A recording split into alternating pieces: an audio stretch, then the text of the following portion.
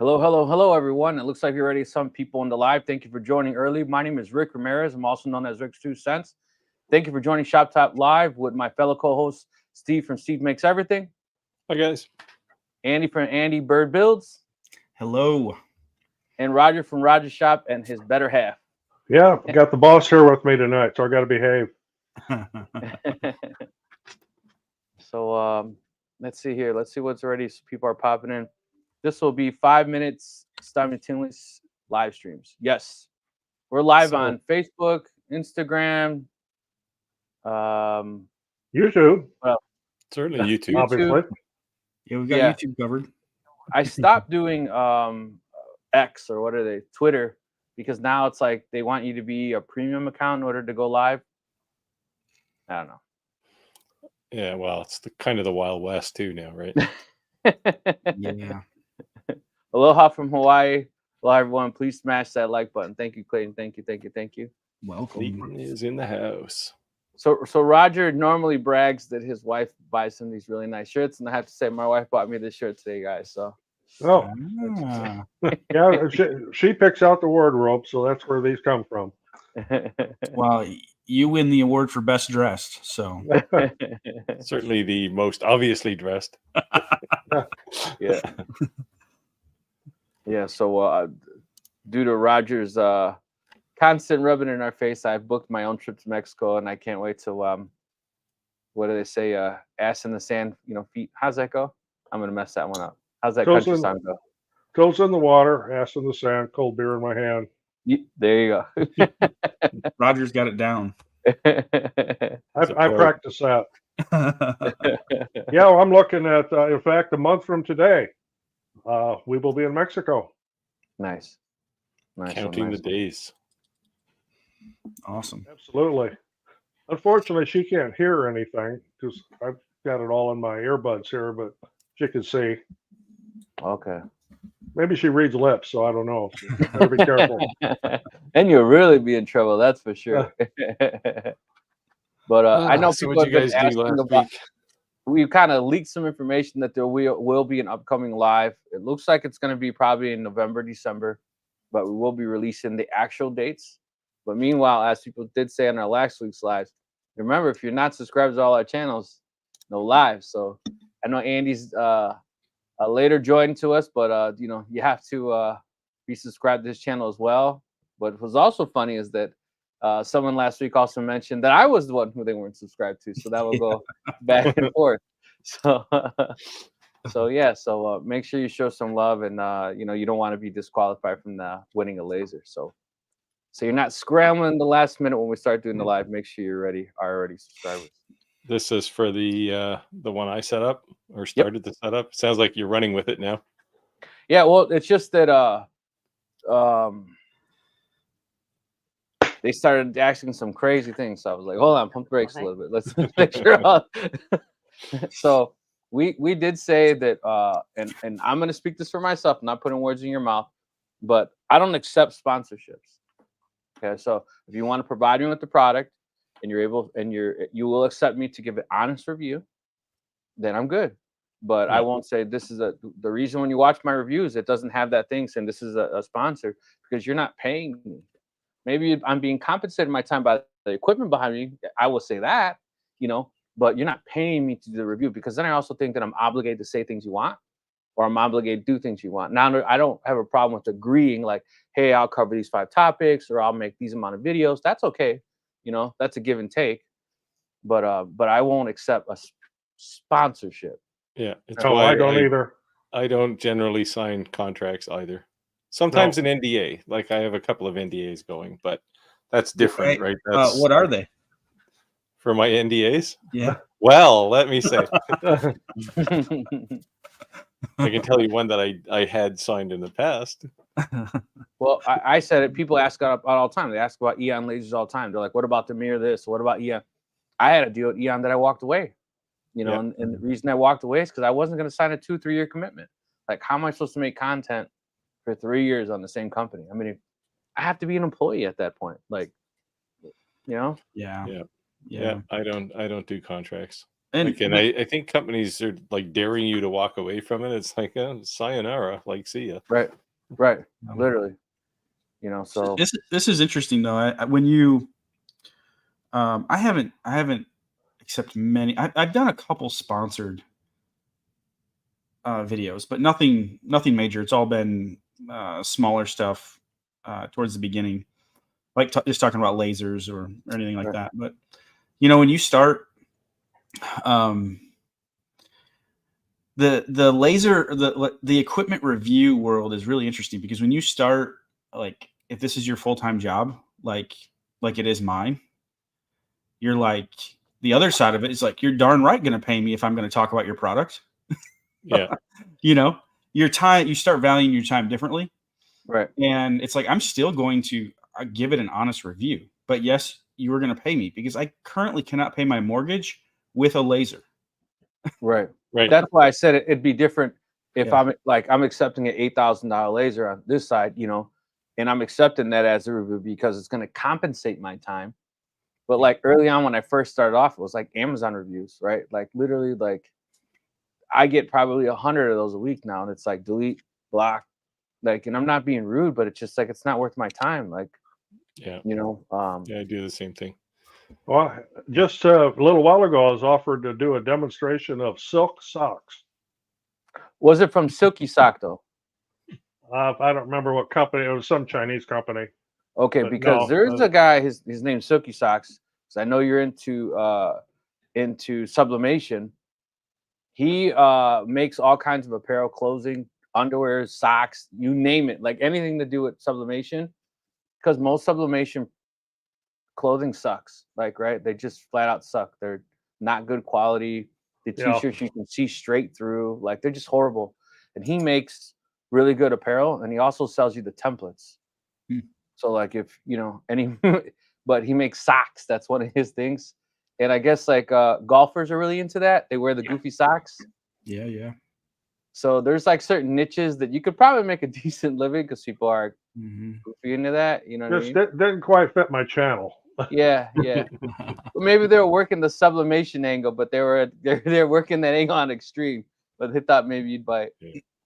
So yeah, I'm pretty selective about that stuff. I got one for some chair today, and it's like, great, it's an office chair, but who cares? Yeah. I'm trying to think of like one of the weirdest ones I've gotten. I'm trying to think off the top of my head. The weirdest one I got was spices. I've had some crazy ones. I was like, So Carla, if it's the first time joining a live, thank you for joining on live. But this live is a live question and answer. So any questions that you would have to do with CNCs, to do with 3D printing, to do with laser engraving, this is the chance to get a lot of knowledge in one room at the same exact time and ask us questions, and we're here to answer. You got questions, we get answers.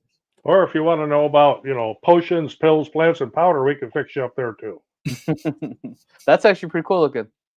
I like that. This is one of the signs real popular. We got a couple of them sitting here. This is the other one that we're selling quite a few of right now. Seasonal. Checking in for the first time here in New York. What's going on, New York in the building? So hopefully nobody got dumped underwater in the last week down in the blown away southeast there. Yeah, blown away. I did have a couple of my projects delayed because they're doing the assist. I forget what they call it. It's like assistant aid where they send our guys out to help or whatever. Oh yeah. So all our overhead guys, some of our overhead projects got delayed because of that, but otherwise we're business as usual. Yeah, it was interesting. I flew through Atlanta on Friday. We had to rebook our flight a couple times. We still got home at a decent time, but yeah, it was touch and go there for a second.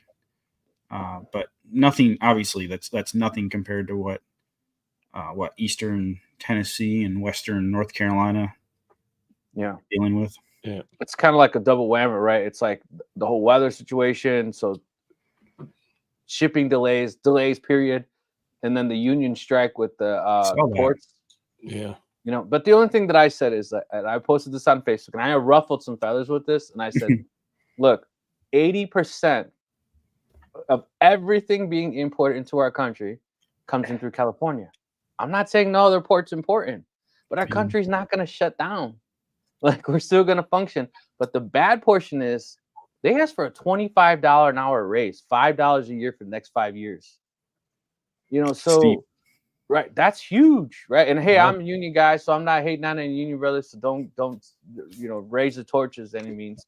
But what's going to happen is, if let's say a laser manufacturer, these printer manufacturers, someone who's doing routine ships, It sounded they can reroute. So if they know that that's going to cause a problem, they're just going to avoid New York. They're going to go to California. California has a way better distribution center anyways once it gets stateside. So it may not be the shortest route to the States, Right. but once it gets stateside, they have railroad, they have all different kinds of options. So Meanwhile, it's just going to hurt them. Meanwhile, Steve's over here and being like, hey, good luck with that. No, actually, so this port strike is actually going to impact us too. Is it? Yeah, because especially for things like European cars and car parts, because they always stop on the eastern seaboard in the U.S. first, and then they come north. Like about, I don't know, 5 miles from me, there's the biggest parking lot you could ever imagine, full of brand new cars that come off the boat, and they won't be able to bring them off because they're somewhere down in the lower decks or something, I guess, and all the cars that should have come off before aren't coming off, right? So, and then there's they said vegetables, some fruit and vegetables from South America and Mexico. Those come in on boats. So Yeah. I don't know. So Steve, you're not far from the coast then? From the actual water, you mean? About 2 miles. 2 miles? Wow. Yeah. Jim said, hi, everyone. Steve, I use your position laser setup for my longer Ray 5. It's a game changer for me. Sweet. One issue that sometimes it works, sometimes it doesn't in Lightburn. Well, the Lightburn shouldn't have anything to do with it. The only thing you have to do in Lightburn is calibrate it, and you're really calibrating Lightburn, not the pointer.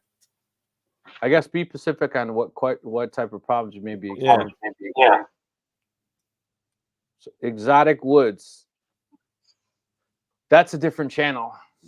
The Silver Fox has his OnlyFans. We try not to tend to talk to it, but they do overcross at times. Some exotic wood. Yeah. I don't honestly use any exotic woods. I use my to-go-to is cedar and pine. Just being honest. Yeah. I'm mostly walnut and cherry and maple. What do you want to know about exotic woods? Yeah, Right. let us know. And we're talking about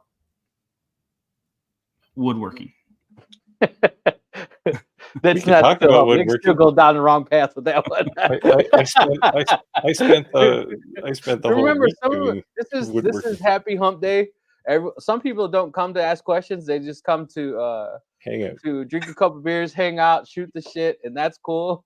So you might go down a rabbit hole you weren't expecting. You don't know.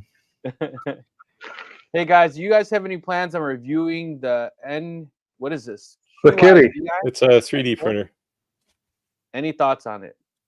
I have not seen it yet. It hasn't been offered to me. I do have a kitty printer back in the corner behind me over here. Yeah, I had one sitting on the floor here until I put it in storage a week or so ago. Well, I liked Patrick, it. I like maybe I'll send this portion to the video. one I have. Small. I'll send this portion to the video of the manufacturer and say they need to send 4.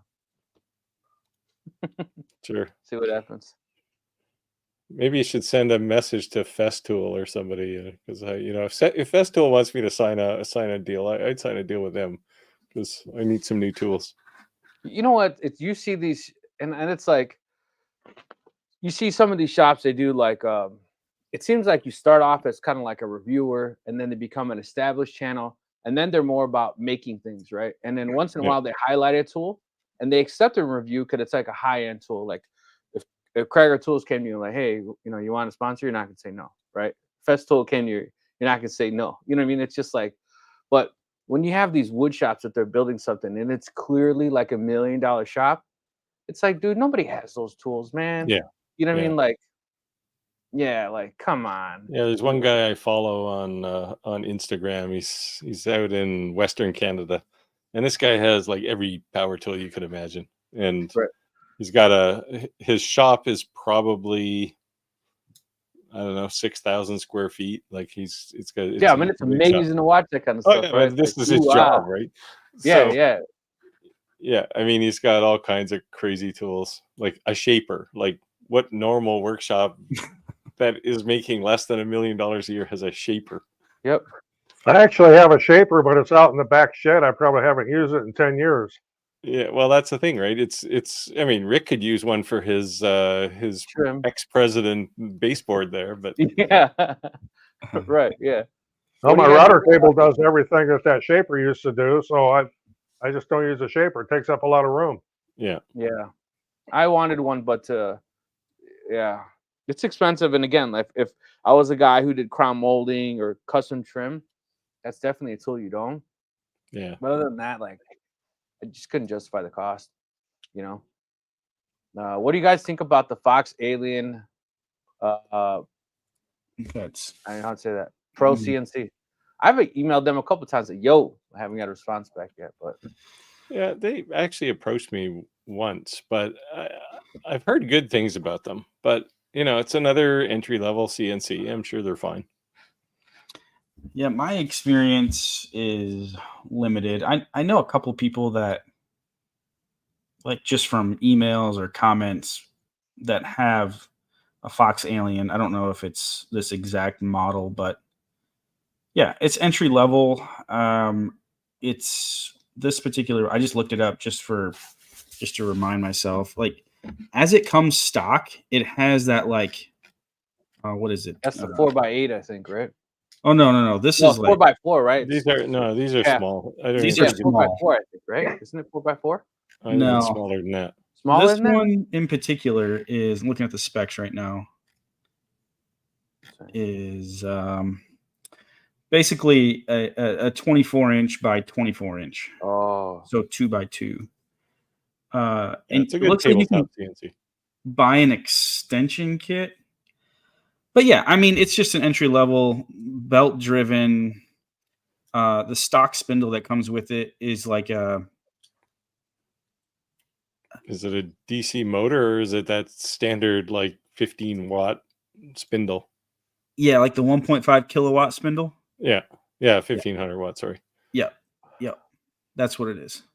Which is just, you're not going to do a whole lot with it, But Entry level stuff. Right. Yeah, just very entry level stuff. And the good thing about this, one thing I do like, is that it is upgradable. Like, you can upgrade to a trim router as your spindle. Yeah. That's become pretty typical in that kind of mid-market. To grow the high end entry level ones, or you can generally do that. Like the Genmitsus too come with a mount for a trim router. Nice. Chris said hi from MA what's that? Massachusetts. Wonder if any of you done a video about the generation of the diode laser machines, meaning when there have been significant change to consider an upgrade. I think the biggest change has been the move from class 4 to class 1. It's only enclosed class 1 lasers. I mean, that is really the way to go now, unless you actually have a use for a class 4 that's open. Right. The other thing I think too is that the whole 5-10 watt thing is like done right now. They're the race to the top where it's like 40, 60, 70. Like diode lasers are trying to compete with CO2 lasers. Yeah, I don't think you're going to see a whole lot more of these 60 and 70 watt ones, because they're starting to get into the same prices low end CO2 lasers, right? So right, but why would you buy a diode laser if you can buy a CO2? Right. But what I'm saying is the entry level, like a Montport K40, even though it's a good laser, it's a smaller workspace. So the same price diode laser, a higher end laser, would have a way bigger workspace, especially with an extension rail kit. Yeah. But of course, now you're also getting to the material talk, right? You can't cut everything with a CO2. You can do it with a diode laser and vice versa, right? So well, depending on what you're cutting. You can certainly cut everything a diode laser can cut. You can't cut acrylic. A CO2 laser can. Right. No, I'm saying vice versa. Oh, you know? yes. Yes. The only thing you really can't do out of the box with a CO2 is engrave, say, stainless steel. But Right. you can surmark it and do it if you need to. Or just keep a that stuff. Just keep a cheapy diode laser just for doing that.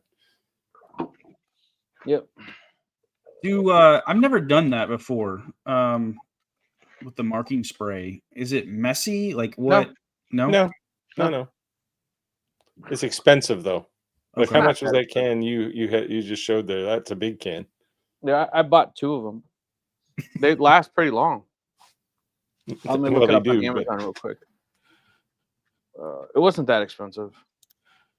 Yeah, the Surmark stuff is I don't know. It's like the limousine of those metal treatment sprays, and now you only do this with a diode laser. It says for marking metals, permanent high contrast black mark for CO2 fiber and YAG lasers. YAG. What is that? I never heard of YAG. So it's a 1.06. I used to work on YAG lasers. Oh, I guess you were right, Roger. That is pretty expensive. It was $49.95 this can. Yeah, that stuff's pricey. It's not spray paint. Let's say that. Okay. So I had 2 cans. So damn, I have $100 in cans just sitting right there. Yeah, and a can of Surmark, actual genuine Surmark that's that size would be well over twice that. Yeah, see? Really? Yeah. I need to get in this. Yeah, this is Brilliant Laser Inks. At that point, you consider buying maybe a UV laser, and then you can mark everything. Okay, so I just looked on Amazon, and there are some cheaper options. Yeah, but it's not worth it. Okay, that's what I was wondering. Cheaper is because they don't work as well. They don't work. Okay. Yeah, so the one is the Brilliance Brilliance or the Surmark. Yep. Yeah, the Surmark right here is $92 for a 7-ounce can. Yeah, so That's this a bigger is 12 ounces. Yeah. Okay. But it works. Yeah, I've only ever used the Surmark stuff. Yeah. Not that I can just throw money around, but that's all that was available when I bought my can. They last forever though. Yeah, no, that's what I said. I bought 2 cans because I wasn't sure how much it was gonna use, and Yeah. So what scenarios would you do that? Only to mark stainless steel. Okay. Yeah. So at that point, for the price of one of those, you can buy your $99 5-watt cheapy laser and mark. There you go. If you had it in there, you were just gonna send a job. You could have it just, you know what I mean? Yeah. So there's a video. There's a thumbnail for you. A video. You could buy the cheapest laser on Amazon, or this can of spray. Yeah, which is better, this can or this laser? Hey, neighbor Steve from New Brunswick. Hey. Whereabouts in New Brunswick? There's only like 3 places you can live there. So Roger, they're asking, does your partner make science craft items, Roger? She used to. She used to do craft shows way back, as I did, way back. But anymore, if, for example, if something needed to be painted and it has, let's say, finer detail than this, I can't do it. My hand isn't steady enough, but hers is. So then I give it to her. Did you paint that after you cut it? Pardon? Did you paint that after you cut it? Yes. Oh. Wow, that's good. And see, and I'm not picking on any crafters. Yeah. See, I have the same problem with artistic ability, especially with paint. So I would paint it all first and then cut it out. Right. So I'm not picking any crafters. Last week we actually had somebody who was kind of maybe intimidated by us and saying, "Oh, they're just a crafter," And I says, "No, like we all kind of collectively said we respect that 100% because we just to go in that fine details, like these craft people that make these Christmas ornaments, like, oh my God, like You are not making money. There's no way, because it's just like you got to put some hours in to make it look like that. Or they have a system for sure, maybe, but Well, I'll give you a sneak peek go on to something I'm town. working on. Something I'm working on here that's going to be different. This is laser engraved with diode laser, and it's engraved 7/32 of an inch deep on Okay. this piece of cedar. I'm going to fill that not with epoxy, but with ceramic, colored ceramic. Okay. Do you have to And heat it? it might, no, you don't need to heat it. It's a ceramic powder you buy that mix to mold is what it's called. And I picked some up today, and I'm going to try that, and it'll either work or it won't work. But Nice. you know, a lot of people would do something like this to fill it with epoxy, Right. you know, colored epoxy. I want to try this colored ceramic. Is that like powder coat? No, it's a powder you mix with water, and then you add your pigment to it, and you've got about. I liken it to working with fiberglass because I do a lot of fiberglass work with boats and that. It kicks in about 8 minutes, so you got a very short working time, Oh, and wow. then in an hour it's cured hard, and then you know if you were to put it in a mold, you could take it out of the mold. It's fully cured then in 48 hours. Okay. So it'll be interesting to try, see if it works. It's supposed to be sandable, so I'm going to find out. Nobody's that I have seen has ever tried to do that. A lot of people make little pots and little figurines and stuff out of it, but I looked at that when I was in Hobby Lobby today, and I thought, I wonder how that'd work on wood. So I'm going to find out.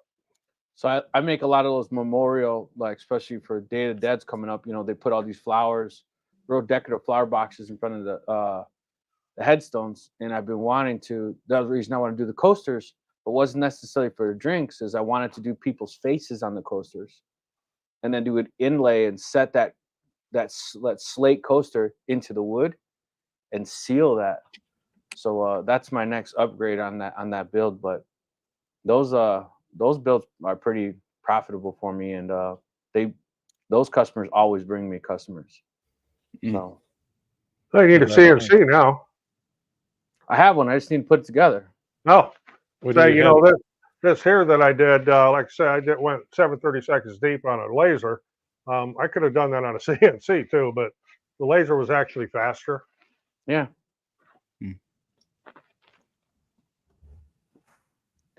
I started down the CNC path and been experimenting with some exotic woods. About to try out some Wenge wood. Any suggestions? Wenge? Wenge. So you got to be careful when you're CNCing some of these exotics because the dust coming off of them can be a real irritant. Wenge is one of them. There are lots of people who are kind of intolerant to it. As I found out. Yeah, you don't normally get too much dust off a CNC if you're doing things the right way, but once you start sanding it after, you might get some dust kick up. So wear a mask if you're using any exotics. Yeah, Wenge is really hard, right? Yeah. Am I thinking about that right one? Yep. Extremely Really coarse grain. Yeah. So keep that in mind. Yeah. It's probably one of the hardest woods that you machine. I think it's just one step below lignum vitae. It's pretty hard. I've CNC'd it though. Yeah, you definitely can. Did you take any precautions? Like, let's compare that to like walnut or something. Well, you have to go slower. Yeah, because it tends to chip, right? If you're gonna need sharp tools and like sharp bits, and you got to go fairly slow. Yeah. So Steve's basically saying when he's gay, he goes slow. When gay. That's we have to be open-minded and diverse on this channel. I'm just kind of make people laugh. I've used the CNC and I'm dying to learn about 15 3/4 by 15 3/4, but I can't get an extension kit. Yeah, he's referring to the Fox Alien. Back to the Fox Alien. I mean, here's the thing. Entry level, like the Jimitsu or Fox Alien, like that level, entry level CNC. Like if you can't, here's what you're balancing. you're probably you'll be able to get into it, learn if you don't know anything about CNC at this level, but you are really going to be limited on what you really can do. And I'm hesitant to send people this way, like as a jump in point, because especially when like they're watching one of my videos and they see what I do, like you can't do any, it's hard to do anything other than graving, or you can do some shallow cuts, but it's just really, really slow. So I've actually, but you're balancing that with a higher budget. So if you can't get to the higher budget, even save a few bucks, then, and that's your only way into CNC to see if you like it, then I get it. But the Fox Alien and the Jimitsu, like they're not going to have much resale value at all. You're pretty much eating that, to where if you got well, I'm trying to think, long mill, that's probably the next step. Shapeoko, Onefinity, something like that, more expensive, but those have a resale market. Like the behavior I've noticed with some of these low end ones is they actually kind of put people off of CNCs because they get it and go, "Well, is this all a CNC can do?" And then they just kind of put it aside. And I'm thinking specifically the 3018 size ones. Yeah. Like I know a couple of people who've gotten them and said like CNCs are stupid. Well, yeah. No, that one is just not the one, right? Yeah, they extrapolate that experience to all CNCs. Yes, and that's not the case. So I know, like, but and see what I'm trying to say is like that it's like a balance, right? Like if you don't know if you're gonna like it, is that a good experience? I don't know. I think a better experience is to find a makerspace, or to find a buddy or find somebody that has a local one where you can check it out and then be like, okay, yeah, I want to save my money for this because this is cool. I think that's a great suggestion, and they're becoming more and more common. Yeah. So especially when you'll find people in a makerspace who can use the tool as well, right? In their experience, so they can amp you up pretty quick. Yeah, one thing that's often overlooked is this. I talk about this, but is the software aspect of those lower end machines. You know, what are you going to run with the Fox Alien? It's based on GRBL, but are you going to buy Vectric? I mean, no. Okay, it's going to cost like 3 times as much as your CNC. So Andy, step back, because somebody may not even understand what that even meant. So explain what you mean by that. That's a good point. However, Andy, you may buy Millmage when it's available. Yeah. So do you want to step back and just explain that? No, that's a great point. So, you know, the software aspect, you actually need two separate. It's not two softwares to operate to be able to operate a CNC machine. You need the CAD side, CAD and CAM, and then you actually need like the control software that reads the G code. And so a lot of so Shapeoko, the one I'm most familiar with, they have Carbide Create, which is you set up your vectors, set up your tool paths, and then you post process to your machine control, which is Carbide Motion, and that's how that system works. So when you buy let's say a Fox Alien, they don't have their own software that I'm aware of. No. So you have to figure out the software aspect, the CAD side of things, and the CAM side of things. Someone was asking me, it was somewhere, if Jimitsu had a post process, if Vectric had a Jimitsu post processor, and I'm pretty sure they do.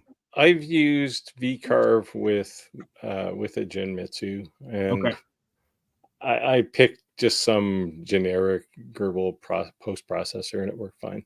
Yeah.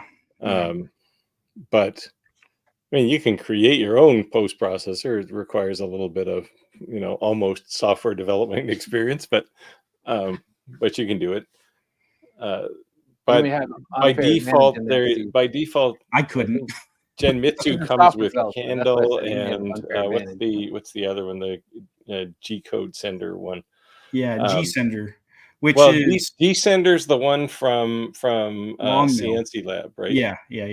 That one's actually really good. And I mean, if anybody's not buying some kind of toolpath executor, we'll say, like the output side of Vectric, I would say get that one. It's free. It's open source. It works really, really well. Better than certainly all the other ones that I've seen that are the free open source ones. Is there a free CAD CAM software out there? Well, there's what's the? I mean, I would use Fusion and generate essentially an STL file, right? Yeah, but you can use there is an open 3D CAD tool, and I have it installed on my machine here. Just hang on. So the Jimitsu So Pro is they're the out there. machine I'm using. Get the 300-watt upgrade. Yeah, the spindle upgrade. Definitely, yeah, powers everything. I'm running an Omtech marking spray currently on brass. I'm sorry. Seems to work well. It's cheaper. I'm With sure it's what probably a kind of- rebranded. With what kind of laser? A CO2 laser? Oh, there is a spray specifically for brass. Yeah. Coal Creek, Nebraska. You can also use chalk paint with dial lasers to glass etch. AZ, hello. Does the Brilliant Spray work well on glass Christmas ornaments? I haven't done that. No, I haven't tried it either, especially as the glass is so thin on those. There's a glass spray as well. Do you have the glass spray too, Rick? I'm Or trying to just- read the directions. Because they make one for stainless steel, one for glass as well. The glass one I think is cheaper too. It says for industrial use only. Oh wow, what's it doing in your basement then? I told my Mexican, not Mexicans, so we're getting it done. It doesn't have a whole lot. It basically says you need help. Use the QR scan. The back is more like a legal jargon they can't get sued. Yeah, you can check their website. They'll have there's 3 or 4 different ones they have. Hey Nancy, Hey. how's the new CO2 going? Happy hump day. Steve, did you find that CAD cam? You got No? distracted here. How's your wife doing, Steve? Quack said, LA Puri, it works well with glass, but settings can be tough to nail down. La Pierre. I was gonna say, do you want to pronounce it, Steve? Well, I'm not French. You do understand that, right? Yeah, I know. It's what did I say? An assumption with Canadians. You're all French. Oh, sure. We all play hockey too. Yep. Thanks, Steve. Oh, of course. It's what would you call a free CAD tool? Free CAD? Free CAD. Yeah. There's also things like what Tinkercad. There's a couple of other ones. I played with FreeCAD for a while, and it's got a hell of a learning curve, though. Yeah, it's definitely not. It doesn't work the way most people think. But you use Carvera, right? I use Carvco. Carvco. Yep, I'm one of that's the another weird tool that works the way most people don't think. Chris said, Roger, do you buy any filament dry or is it gimmick. It is absolutely not a gimmick. I'm going to switch cameras here. Back in the corner over there are 3 filament dryers.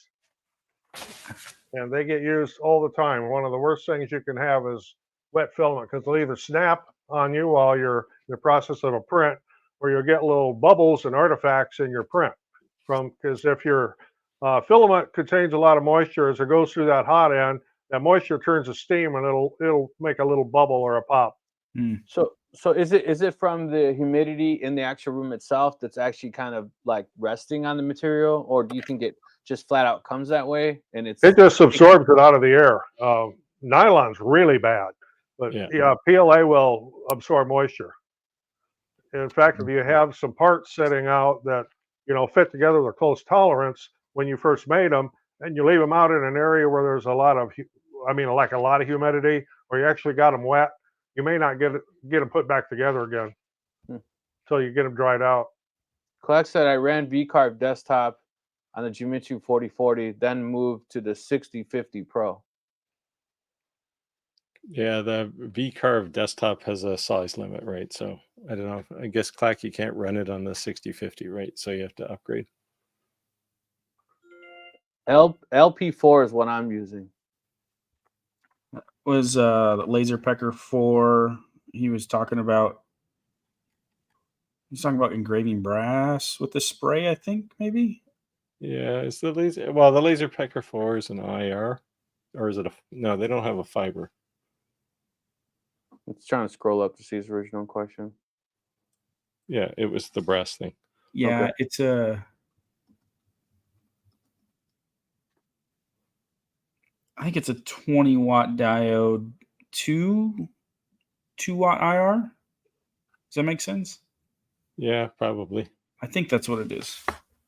So I'm interested in I don't even know how to say this. Milmage. Lightburn is very intuitive and easy to use. Hopefully they transfer that to Milmage. What is that? Milmage is Lightburn's CNC tool. Okay. I can't talk about it, but I actually have Milmage running, and it works like Lightburn. So it's made by Lightburn? Yeah. Or it's like Lightburn. It is made by Lightburn. Yeah. Nice. We found one of the NDAs. There you go. I don't think I signed an NDA with them, actually. Onshape is great.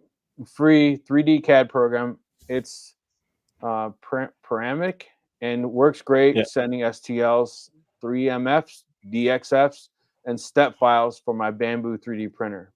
I played with Onshape. I like it. It's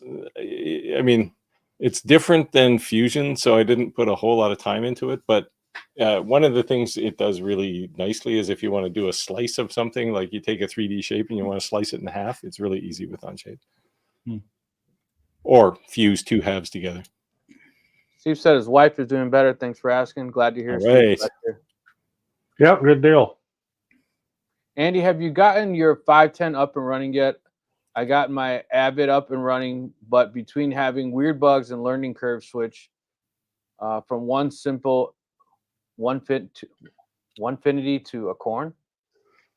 Yeah. So first, no, I have not. I had to send. Long story short, the spindle. I think I might have shared that a while ago. Is that the one where the cord was cut, so you had to? My wireless spindle. Yeah, kinetic energy. Yeah. So I had to send it out, and they repaired it, and I got a shipping notification. So my spindle should be here. I think they said Monday, so that's exciting. Nice. And then I'm also getting the new upgrade. So.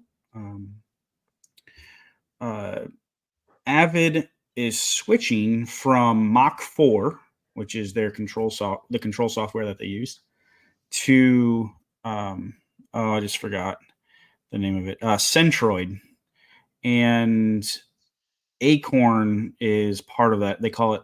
There's a part of it called Acorn as well, but it's a Centroid system. And so since I have it all torn apart, I was like, well, I might as well upgrade it now. And so it's a board upgrade. Yeah, electronics electronic upgrade. You can actually upgrade even stepper motors and everything. You can go crazy. I didn't do that. I'm still running the same stepper, same motors, and yeah, so just the brain basically. And so I am gonna have to learn a new. So to his questions, I have not learned that Acorn operating system yet. I've heard it's different than little different than Mach 4, so I'm gonna have to learn that myself next week. Nancy said, so I put it on the back burner because it's time consuming, and I got an order for 118-inch door rounds with 5 interchangeable pieces. So basically 500 2-layer pieces and hand painted. Yeah, that'll keep you busy. You need more Whatever hands. You might need to recruit Roger for that one. No. Oh, you missed the best part. There's a deadline. Deadline Yeah. 10/11. So I'm just going to be wrapping up my Halloween probably, hopefully next 2 weeks, and then I shift to Day of the Dead. But yeah, those are my seasonal items, as you would call it. Are you able to cut 6mm plywood with the Recreate 20-watt laser? Yes. Sure. Easy answer. Both I don't ways. know about you guys, but I've been noticing a ton lately in my area on Facebook Marketplace, like tons of CO2 lasers for sale. Used Tons. ones? Yes, but like new. And I even emailed a couple people, not poking, I'm not kicking people while they're down, but I asked them, like, hey man, because they're in my town. I didn't realize like there's actually like a Eon, like laser brand spanking new. And I'm like, why are you selling this? And Well, they said off the that they truck. made the assumptions they could basically, and this is like from like 5 people, that they could just start an Etsy store and start selling, right?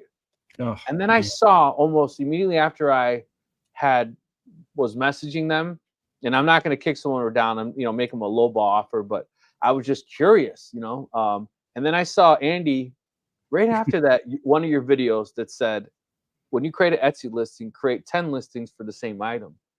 And I was actually going to bring that up to you, and what are your thoughts on that, if you don't mind sharing? I've got a lot of thoughts on this. My first thought is so I'm not I'm not the gatekeeper to Etsy or anything, but it is so common, and it hurts me that people believe this, that I can buy a laser or I can buy a CNC and I can print money with it, and I just put things up on Etsy and they magically sell. That is not true. It's not true at all. Not true. I've been fighting that battle for such a long time. Like, I don't know. It just hurts me to see people do that. You spend thousands of dollars and then you're disappointed. I want people to have good experiences with CNCs. You do. Hopefully none of us has caused this behavior, right? Like, Yes. Right. buy a laser and magic will happen. Because I'm always very cautious about that kind of thing. I mean, I'm happy to talk about the business, and I know you've done quite a few videos too, Andy, on your channel about the business. And never in there do I say money falls from the sky. Like, no matter what, it's hard work. For sure. And it's even harder, I would say, in the laser business if you're trying to target Etsy, because then you have multiple jobs. You've got to be a designer. You have to be a laborer to cut out all the pieces. You have to be a salesperson, a marketing person. It's hard. Yeah, it really is. And I mean, it comes back to, I'm just like you. I actually have a series that I do a couple videos a year where it's like the reality of CNC. And like, I draw a very clear picture of like, look, this is what, like, just to get set up, these are all the things you have to consider and decisions that you have to make before you get to selling anything. And I've heard it so many times. People say either, like making stuff on the laser or making stuff on the CNC router is the easy part. Selling is the hard part. Yes. And that is so true. So, well, especially the problem is the personality and skill set that makes really good designs is absolutely the opposite of the skill set for a good salesperson, right? Yes. So would you mind sharing on the whole 10 thing, or is that something you're sharing? Yeah, it's in my course, but it's fine. I can share. I don't Even mind if it's a limited amount, so maybe they'd actually want to buy the course then or something. Yeah, like that. so Gives me insight. I'll name drop my course, the CNC Side Hustle, and it's where I, from start to finish, it's focused on CNC router mostly, but the same principles apply. But I have 3 modules in there that are 3 videos in there dedicated to Etsy. It's like 3 hours deep dive on Etsy, and but I've shared this on YouTube before too. This is where you saw it. It was probably a short, wasn't it? Yeah, Or on yeah. Instagram or something. Yeah. Okay, so one of the strategies on Etsy, this is an advanced strategy that more people need to be doing, and it's to capture more traffic. So you take your product and whatever it is, and you create duplicate listings of it. Same product, change the lead picture, and for each one, you're going to change the lead picture, you're going to change the title, and you're going to change the keyword or the tags. And it just gives you a much wider net to cast out to get traffic. Because at the end of the day, a lot of people get caught up on like, well, my Etsy store looks weird and it's going to turn people off. No, it looks more weird to have one product in there. And if you go to you can test it out for yourself. You can go to any Etsy store that has over 1,000 sales, and they're using this strategy. They might have 5 products or 10 products that they actually sell, but there be 100 or 200 listings in that store. So I'm not knocking anyone on Etsy because obviously, clearly, people make a ton of money on Etsy. But I personally just never had a ton of success with Etsy. Mm-hmm. My thing has been Facebook, and I think that's just because of my followings. Like, I post it online, and I sell out most of the time. So that's been mine. And it maybe just that's just been my success. With Facebook. And I think it's because like I post on almost every single laser, woodworking, all that, but with my own name, with Rick Ramirez, not Rick's 2 cents, because I can't post on most of those groups with the Rick's 2 cents Facebook account because it's like a group, or you can't post. Mm-hmm. They restrict those, so then people start following you. So if I go make a pumpkin thing and I post it on Facebook, I'll get 200 messages, and most of the time they're gone. So Yeah, thank God, that has been my success rate marketing Facebook. And Yep. I have done some Facebook Marketplace, but like we've talked about before, Facebook Marketplace to me is like when you can't get rid of it, like, damn, I got 10 of these left, Yeah. Then you throw it on Facebook Marketplace. But I'm not saying I wouldn't want Etsy, but I just seem like, to me, Etsy, like the guys who are like killing it, they're using ads. And I think that's the only way to be at a level playing field. Like they're spending you got to pay to plays and that kind of thing. Well, for us, we are highly successful on Etsy. It's our number 2 income stream, right below our website. And then number 3 is Amazon. And then number 4 is eBay. And we're liable to drop eBay pretty quick. Everybody thinks it's a yard sale. So Roger, that's interesting. Real quick, your website is your number 1 income stream. How are you driving traffic to your website? We have a high SEO rating. Okay. The website's been up for years. Okay. Yeah, so we have a high SEO. So that I don't work on advertising anything. I've got way more business than I want, really, as it is. So we get emails all the time. Oh, you will up your SEO, we'll redesign your website and get you more business and more customers. And I just reply back, I don't want any more. I got enough. I just can't handle it. Yeah. So Roger, are you be honest, if you don't mind sharing? Are you using ads? Is that a Yes. make or break situation for success? On Etsy, yes, we use ads. Yeah. And we have I'm not going to say how much we do there a year, but it is a lot. Yeah, that's fantastic. So I think what I've learned with Etsy is, and I'm speaking just candidly, we have on our Etsy store, we have right around 500 sales. and we just run it part-time. It's not our full-time thing. The lanterns are sold on there. It's not my main income stream. It's income stream. It's my wife and me. We kind of do that on the side. That's just what it's turned into over the years. But the running ads, yes, on Etsy. But it's harder, and you have to be savvier, and but it's possible to still do well on Etsy without ads. There are so many strategies. All right, I'm gonna drop a nugget here of someone who I follow who is very smart. And her name is Dylan Jaharis. Jaris. I follow her on Instagram. She has an e-commerce background. She worked for Zappos and Amazon, I think, and then she quit. And she she's done like $1.5 million on Etsy in the last couple of years, and she just knows her stuff. But so follow her, DYLANJAH,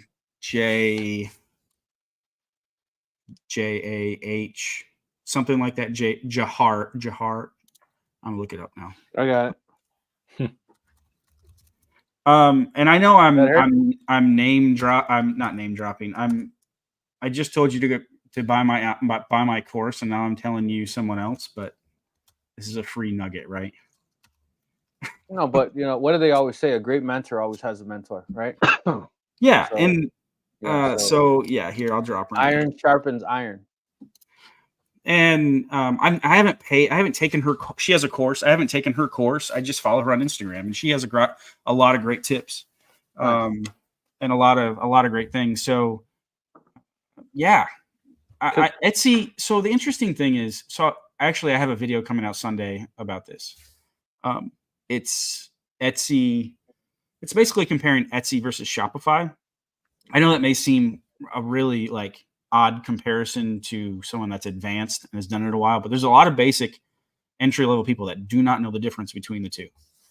And so it's a beginner video, but Etsy solves the biggest problem when you're trying to sell the things that you make. And it's traffic.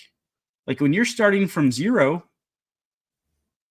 I mean, online, they have the trust. They spend, I don't know how much their marketing budget is, but millions or billions of dollars a year to market themselves. I mean, they run TV commercials. Etsy is known as like the place to get, handmade, unique items. And, so they're leveraging that. But it's anything that's, I say this over and over again. Last thing I'll say here is anything that's easy to get into is going to have high competition. Right. And the only reason that I mentioned that is because time and time again, I mean, just YouTube, Facebook, the gurus, right? The know-it-alls. The first thing they're saying is that $100 to $1,000 ad campaigns, and someone who's let alone just starting out, they save their pennies just to get equipment to buy something. They have this wishful thinking idea that I got it now, and this is their savior to all their financial problems. I'm just going to throw it on Etsy, and I'm going to hit the ground running, and this soon is going to allow me to quit my full-time gig, and I'm going to work from home, be able to spend time with my kids. And then that doesn't happen, and then you have these established stores you're trying to compete with, and you're like, well, if you spend $1,000 a month, you'll be able to compete with them. So then that is really discouraging, and I think that's what some people they're not doing their homework really well. And I can pride ourselves and say that none of us are pump and dumps. I'm totally against pump and dump. People who raise a product. Here's the the affiliate, go buy it, and then they're on to the next. We're kind of we're carrying our followers along with us along the ride. Mm-hmm. And if there's ever bigger, better product, it's because it is bigger, better, right? It's not that this is the best thing you can buy. The next thing is this is the best thing you can buy. It's because this is better than the other one, and so I would say that collectively, who's on this live, that I've invited to this live, and this live has grown, established itself, because I respect each and one of your guys' opinions, and I wouldn't stand on a platform if I didn't have somewhat of the same level of mentality, or thinking of you guys, because each one of us, our opinion or anything we say out of our mouth, even I'm being a wise ass sometimes, reflects us all, So yeah, I think we're really true and honest to the people that follow us and watch us. We're not misleading anyone any way at all. Yeah, So all my you can do is dream, try, right? yeah, right. My dream is to figure out a way.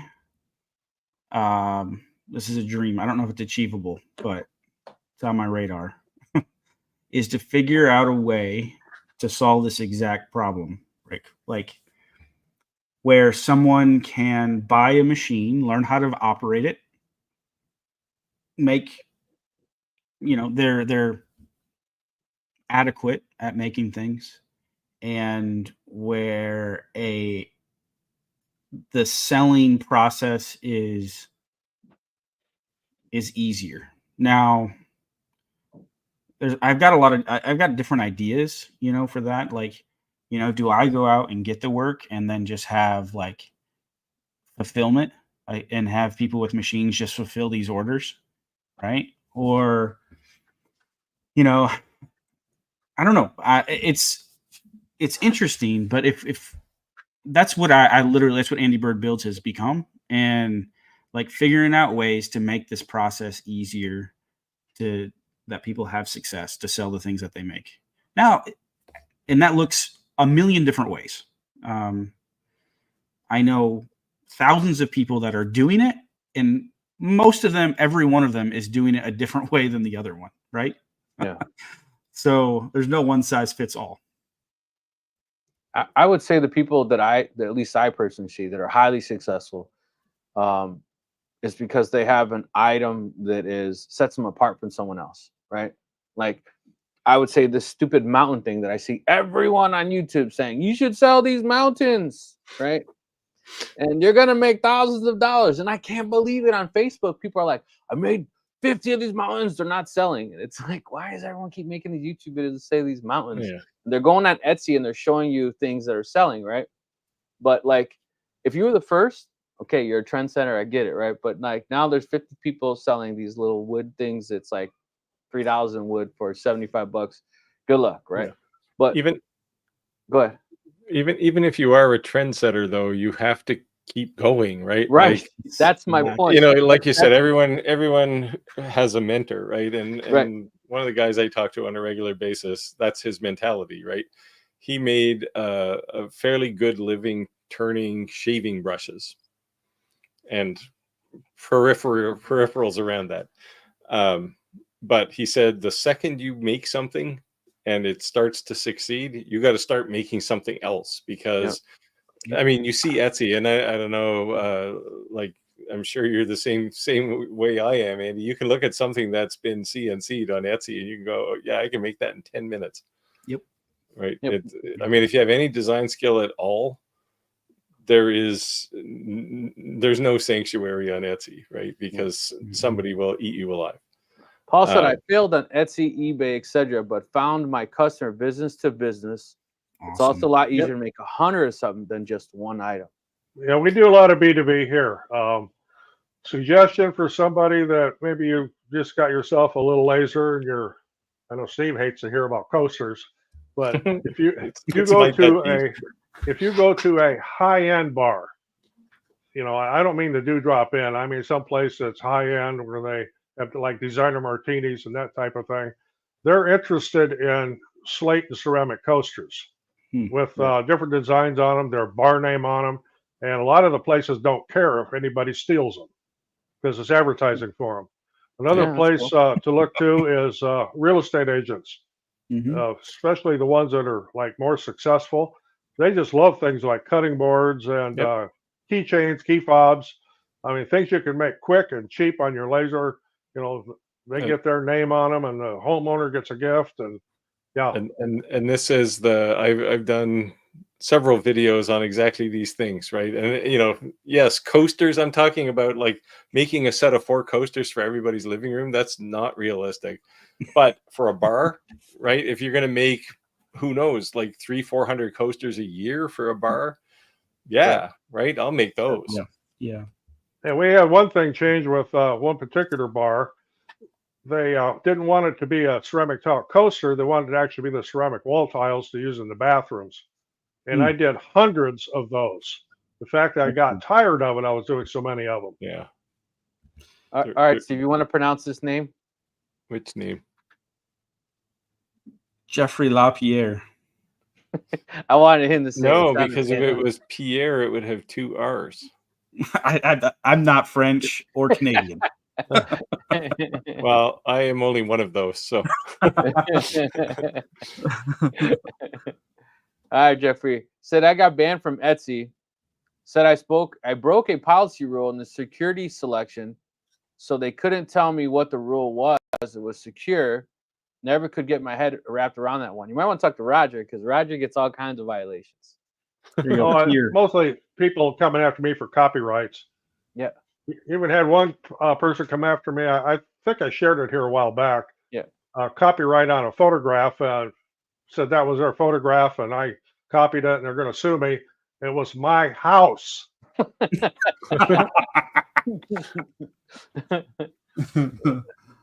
had fun with that one. Hey, V. Hey, V.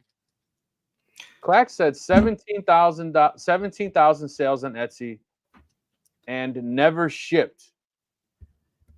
Never shipped. Well, electronic or downloads. Designs. Oh, Yeah, okay, designs. okay. Yeah, I don't sell a ton on Etsy, but almost everything I've sold on Etsy is designs. Digital. And I'm just the opposite. I have no designs up there. Everything's a tangible object, and we ship thousands and thousands of packages a year. That's how you say it. Peer. Says Peer.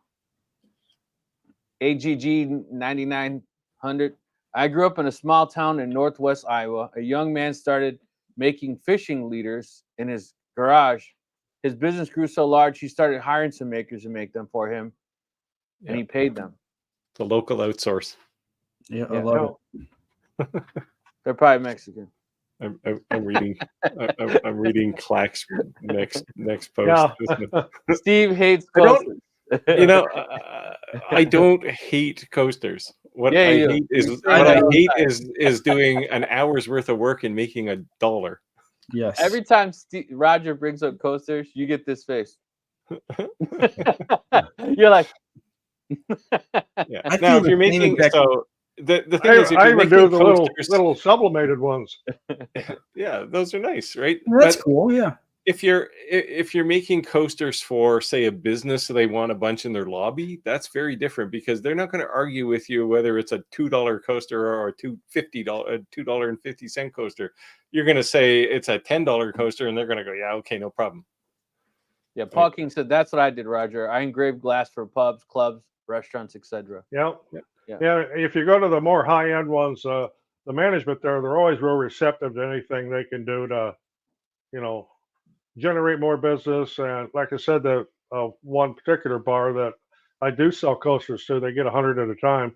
They don't care if people steal them because it's got their bar name on it and stuff, and it's advertising. It's Roger's in there stealing them so he can make more. And if you're going to pay, if you're paying $22 for martini, you're damn well deserve to get that coasters. Yeah. So he takes them home at least.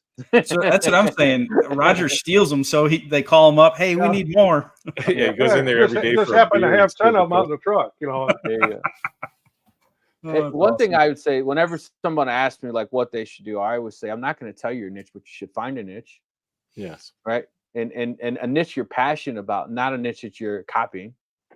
Because then, like Steve said, if you're always looking for the next thing, you're not passionate about it, you lose the passion. You lose the passion, you're just going to fall off. And if you're just copying someone, you're not the latest and greatest, right?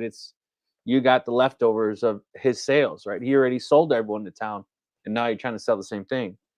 And the other thing is that seasonal items, Halloween, Valentine's Day, those type of things, where you can make anything. But I think if you get too generic, like, I'm going to do this, I'm going to do that, I'm going to, like, we keep saying when people ask us what's the best laser to buy, and Steve made a comment one of our first lives, and I say it all the time. I tell people all the time, the first laser you buy is the wrong one. The second laser you buy is the right one. And it's because, and I said, I think that's because when you start watching all these YouTubes, like what you can create with a laser, what you can create with a CNC is like endless. And you're just minds all over the place. And you finally have to get focused, right? And even though there's going to be some things you think like, I can do this, maybe you can, but maybe also your skill set's not there yet. And you will slowly get there, and then you'll come back to it, and it'll be a different, different avenue. But yeah, and the thing that does sadden me getting back to coasters is that's the first approach people take, right? Is, oh, coasters are easy, so I'll make those and I'll pay for my laser. Well, and Clack can mock me all he wants, but go to Etsy and search for coasters, and you'll find at least 40 or 50 pages of coasters. Yes. Right. And you're competing. You might be able to do a better price, maybe a penny or two, but you're competing with all of those people. So there's two problems. First of all, there's a whole bunch of them. But the second thing is the person who wants a set of coasters has to find you in that mess. Mm-hmm. And that's tough. Right. And so, even if you can make money on a coaster, you're lost in the noise. Right. And I like making things for business, especially build up some business relationships. Like these Lamacoid signs that I make, that's a big chunk of my business, right? Is just making signs for electricians who say, don't push this button, or, the solar shutoff is over here. And it's just good business, and they never argue about the price. So you don't have to try and nickel and dime to get the sale. Yeah. I want to say that from the rooftops, like Etsy is not the place to compete on price. Right. Because it's a race to the bottom. Like that's not you can't make money that way. It's not, I'm not in business to have razor thin margins. You know what I mean? Right.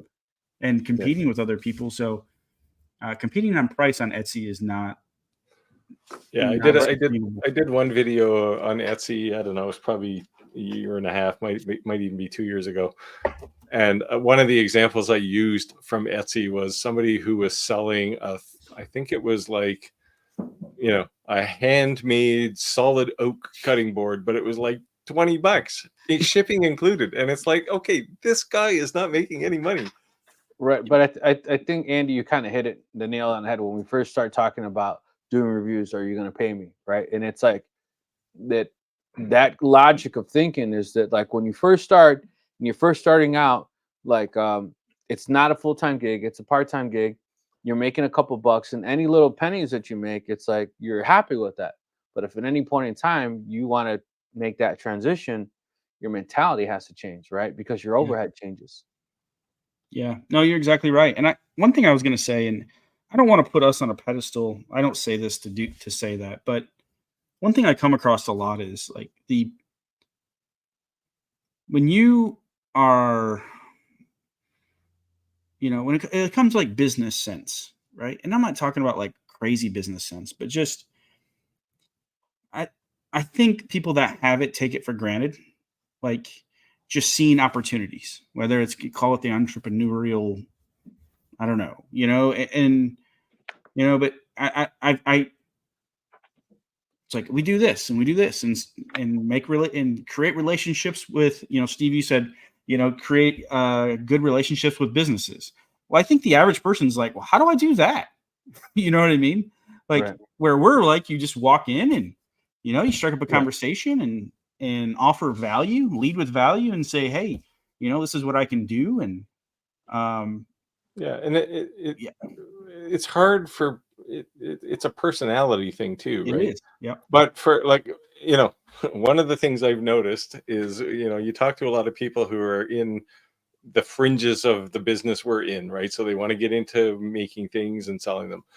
Most of those people, a high percentage of them, are introverts, right? They'd rather sit in their workshop and pump out 100,000 coasters a year, but they can't sell them because they're afraid to talk to people.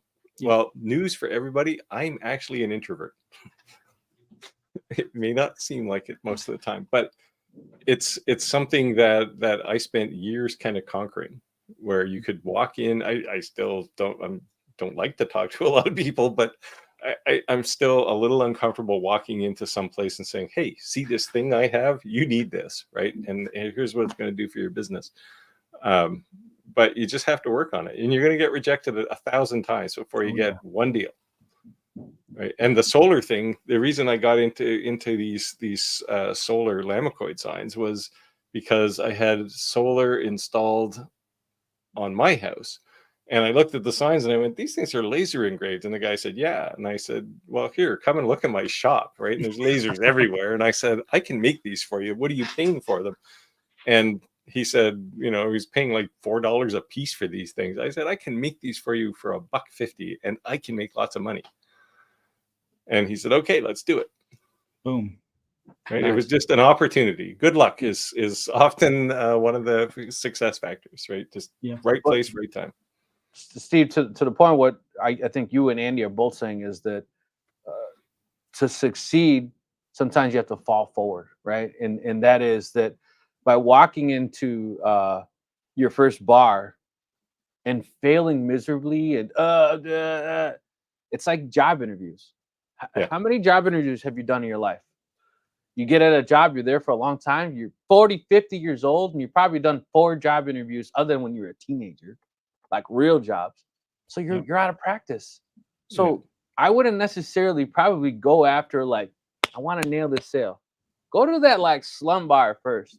No, break the ice with that person.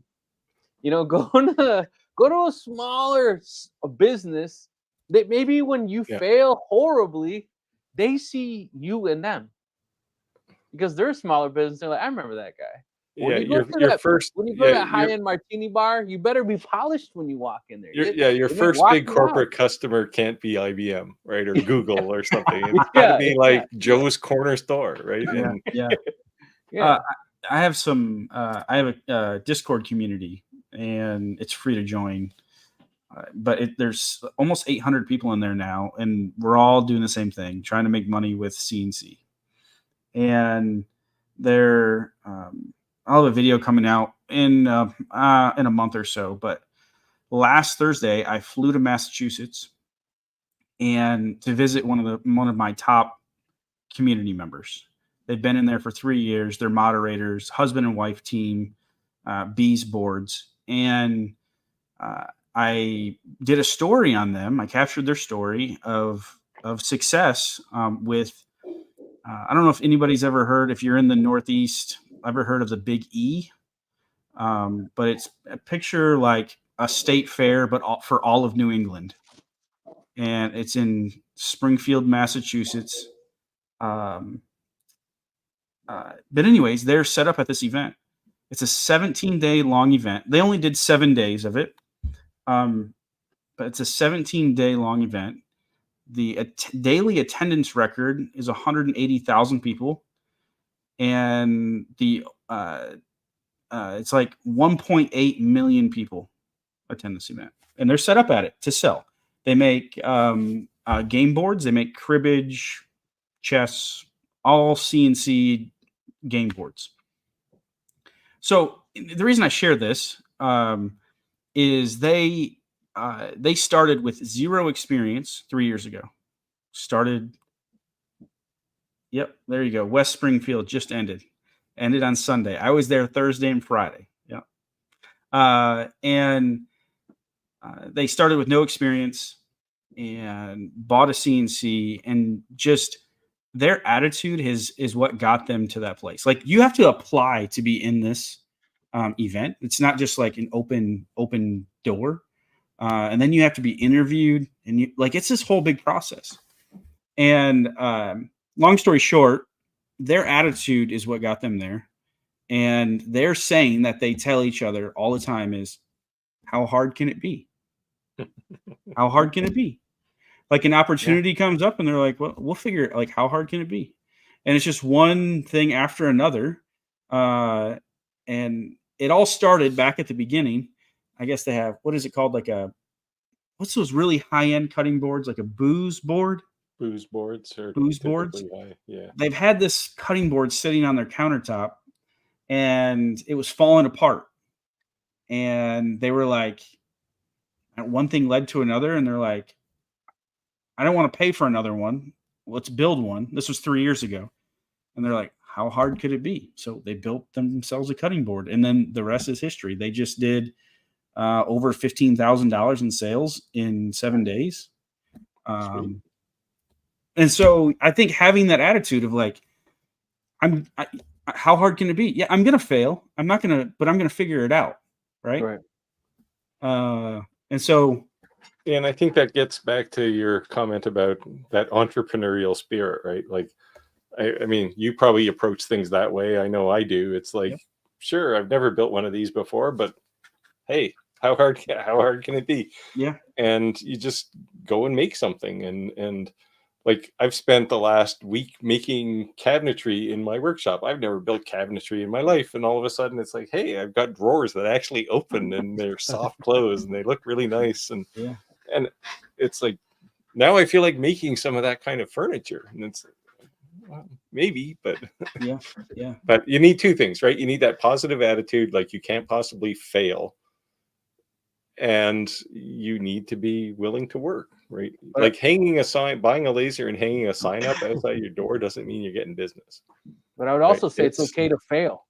It's okay to fail. Well, so fail is the wrong word though, right? You find a million ways to learn something as opposed to one way to fail, right? I'm going to try to sell this water bottle, and I end up selling beer. You know what I mean? So what I'm saying is, like, you bought a CNC, you're trying to create something. And if you create something because you're envisioned that this is going to be, because I saw Andy making a bourbon smoker, I'm going to make bourbon smokers. But guess what?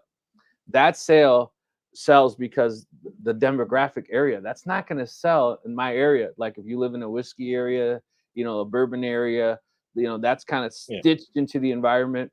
You know, so like just because and I tell my wife all the time, she's like, that's stupid. I'm like, I don't care what you think. Just because I think it's cool or you think it's cool doesn't mean the customer thinks it's cool. Just think I think it's stupid doesn't mean the customer thinks, you know, like it's what sells, right? So like even if you think like I'm gonna make this and it fails, and like it could be great, like the birdhouse I made. I was so proud of that thing. Oh man, looks so cool. Looks like real shingles. If you're a roofer, you're gonna recognize some things on it that I did, like ridge lines and things like. You would know, what? You really did that? But it didn't sell. It took me like 5 months, I think, for that thing to sell. You know what I mean? I'll never make another birdhouse again. You know what I mean? That's because you can go to Home Depot and buy one for $10. Right. You know what I mean? So am I gonna make any more birdhouses? Maybe one or two, just have it there just to look. But am I gonna build 50 birdhouses? No. But you know what that did do? That taught me a lot with doing the inlays and the depths and the volume. You know, like so I learned something from that. You learned it's a successful failure, right? Right. So I learned from the process of creating that, but it's okay to fail. Like if I think I'm going to be like, all of a sudden I'm going to make 10 more and all of a sudden they're going to sell, like, no, they didn't sell. Like live, learn, move on. Well, so you hit on a couple things there. Certainly hot products are regional. Right. So your work is to find out what works in your region. But you know, getting back to, you know, Andy's bourbon smoker, you know, there's, you know, having run a couple of my own software companies, built and sold things, you learn terms like barrier to entry, right? That bourbon smoker is probably much harder to make, certainly, than engraving a coaster. That's why there's not 43 pages of bourbon smokers on Etsy, right? I don't know how many there are, but it's probably not 43. So you find something that is achievable by you, but potentially difficult for somebody else. Yes. And you know, find, you know, and I when one of my sons was graduating, I said, he works in the music industry, and I said, your whole goal is to learn how to do something, one thing that no one else can do, and that will be your ticket, right? And that's kind of the approach I take too, right? It's like there's lots of things. I mean, I talk about a lot of things on my channel. I know Andy does too. You guys all do. But I don't, you know, I can teach people a lot of things, but I'm not going to teach them everything, right? Because there are things that are bread and butter, and those are the barrier to entry things, and they're hard, right? But they're easy for me, or I'm set up to do them. Maybe I've spent 6 months building jigs or whatever, and most people will give up before they get to that point. Oh yeah. And those are the things you can make tons of money on. Then there's some things that are popular in just a certain demographic or geographic area. I mean, you know, you're talking about bourbon smokers. You know, you got to be in an area where there's bourbon bars or whiskey bars. Well, around here, a big thing is in this particular area are porch signs, which are. I got a small one here. This Halloween theme, of course, but these porch signs, people hang them on their porch. And this is a short one here. This one's only like 2.5 feet tall. But, you know, it's not something when you get into the 4 footers, it's not something you can ship easily because it becomes an oversized package and it costs too much. But when you have a local market for them and you can, you know, easily do them on your laser, the cedar fence pickets is what I use. Just like Rick uses them for his pumpkins. I mean, it's a real popular thing. They're popular around here, and I can easily get $30 for one of those signs. But it's not something that you could go out. You know, I wouldn't try to put that on Etsy and then try to ship it. And, no, that's no go there. I'm gonna use Clayton as an example. Just want a laser from us. He's in Hawaii. If he made anything Hawaiian, and he does some crazy stuff, by the way, and you're on vacation making an impulse buy, you'd probably be more likely to purchase that because you're bringing it home as a gift. It's a momentum. You're going to save forever. This is a cherishable thing. Like, remember when we went on to Hawaii? Because that's probably not a trip that you'd make all the time, right? Maybe a bucket list item, if that, right? But if one of us tried to sell a Hawaiian-based thing, probably never sell. Starting a new trend, East Coast Hawaiian. you know what I mean? It's in Chicago. I'm at the you know, at the farmer's stand selling Hawaiian items, you know, and he can make a killing doing that. So that's, you know, if you are there's so many scenarios, there's a million different scenarios, right? And that's why I'll never blanket say like you need to make this, right? Because it doesn't it's not true for everyone, right? But if you were in a touristy area, you have a huge advantage. Yes. Go knock on all of the souvenir shops, and because I know from experience that these people are constantly looking for things to buy. Like the shop owners are looking for unique things to sell because they're all impulse buys. Go knock on their doors and say, what can I make you? Or come up with some ideas, walk in there and say, hey, do you think this will sell in your shop? Because when people are on vacation, they're throwing that money. They're not going to be back most likely. And so they're going to take it home with them. It's like where I live, it is very touristy. You know, highest tides in the world, for example. And we've got I think we have a wine spammer industry here. But so there are tons of souvenir shops here, and those are places. If I wanted to make volume, I would go talk to more of them. But it is an opportunity for sure. Yeah. So if anyone's looking for a fridge that heats and cools, that's what he was commenting about. I just banned him from our live. See you, Evgeny Dakchenko. Yeah. Who was that? The lawyer? Yeah. I'm a lawyer looking for a refrigerator that heats and cools food. Wrong channel, buddy. Sure you are. But yeah, funny story about the lawyer. Remember that story, Steve? Well, I have lots of funny stories about lawyers. I got an email, Andy, from a lawyer, one of our early on in our lives, and he wrote something along the sides, something about his law firm and the subject, and then his email address from a lawyer firm.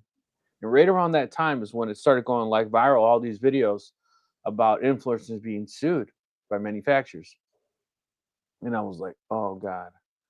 No, it's a lawyer. He's a legit lawyer, but he's getting into lasers and he had questions and he caught one of our lives. I was like, but I like, you know, you get that not something. Oh, like, yeah. Yeah. I'm getting like, I don't want to open this. Is there a read reset? You know, yeah. I didn't get it. Yeah. There you go. See, Halifax is a cool city. I live about 15 minutes from Halifax. A lot of cruise ships come in here. Oh, And it's also a NATO naval port, so you get all kinds of Navy people wandering around. But yeah, I mean, a cruise ship comes in, and all of a sudden there's 3,000 people wandering around the city that weren't here 10 minutes ago, right? And those people just spend money like crazy. Yeah, I just want to And say they something. all want something like the Peggy's Cove Lighthouse. It's a very famous landmark. I use a photo of it in my videos a lot. People want that kind of stuff. Why I don't know, but I've been to that lighthouse. It's basically a brick or a concrete lighthouse on top of a big pile of rock, but people love it. We're an But hour if and a your half into the goal- live. We've had a great amount of people join. Great comments. If you guys have comments, definitely leave in the comments. That's what we're here for. But if you haven't already, do us a favor and go ahead and smash that like button. Appreciate you guys hanging out this all this time. You're hanging out for a while for a reason. So do us that. It does help the algorithm. Go ahead, Andy. What were we gonna say? Sorry. Oh, I was gonna say it. I mean, if our goal is to sell things, if your goal is to sell and make money, it's not your job to ask why someone wants something. I do not to try and sell them something that you like, right? Oh my, Right. yes, Yeah. yes. Roger makes Titanic things. I have made quite a few things for customers, and that's what they want. And, well, they're not satanic, really. They're more pagan than Wiccan. But Yeah. I have no problem making those. I don't care what they do with them. I will not make a Ouija board. No, I ain't having it. I've seen them pretty custom. The people making them, they sell for bank custom Ouija boards. Yeah, like hundreds and hundreds of dollars, and they don't look that like you said, Roger. You look at Steve. You look at something, you're like, huh? I can do that in 10 minutes. How's that's that the thing, sell right? for $700? You know, but it's finding those sweet spots, right? Like, I mean, I can make a chess set, like a board, box, pieces, and sure, I can sell it for like $4,000. I only have to make about 10 of them a year, and I've made decent money. But they take hours and hours and hours. Like, if you just want to engrave a Ouija board, even if you do some like nice resin fill or something on it, I mean, it's going to take no time at all, right? And it's basically a thin piece of wood. yeah. So yeah, I mean, find those niches, and they're out there. They're out there. Yeah, $700, $1,000 board, and I'm like, are you really serious? But I guess if you were trying to be serious, you'd want, and you pulled that out, and it looks all custom. Maybe it'd look more credible, right? So part of successful business is figuring out who your customer is, right? Not necessarily. I mean, if you say my customer is anybody, you're going to fail. Yeah. Right. So I made a comment in a video at one point. It might have been the video actually with the $30 cutting board. I made a comment that I don't sell to people who shop at Walmart. And somebody thought I was being sort of disdainful of people who shop at Walmart. And no, I know why people shop at Walmart. I've been to Walmart. But those people are looking for something very different, right? They're looking for price. They're looking for, how quickly can I get it? Whereas, the people I try to sell to, somebody says, I want a chessboard and chess set, and you go, okay, it's $10,000. And they'll go, yeah, okay. Right. When can I get it? Well, maybe next year. Yep. Okay. Make it happen. Right. Those are the people I want. Yep. Because they're less demanding, actually. Yeah. No, they are. I've said it a lot on my channel, but if you try to appeal to everyone, you'll end up appealing to no one. Right. You just get lost. You just get lost in the crowd. Yeah. Yeah. And that's the 43 pages of coasters problem, right? Yep. And and that, I mean, go to Walmart and you'll see, right? What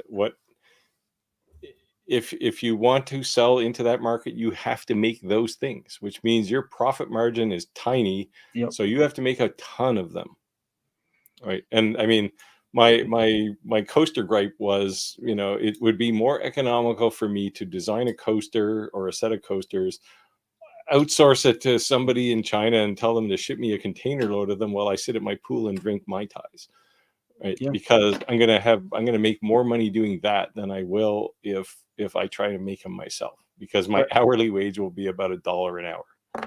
But I'm also going to speak on the coaster thing, since we keep going on this coaster adventure. That's my that thing. you may my have pain point. different success rates, like it's Father's Day, Right. right? Again, So then yes, you could do something momentous like that. things and seasonal things, that's a different problem, right? Right.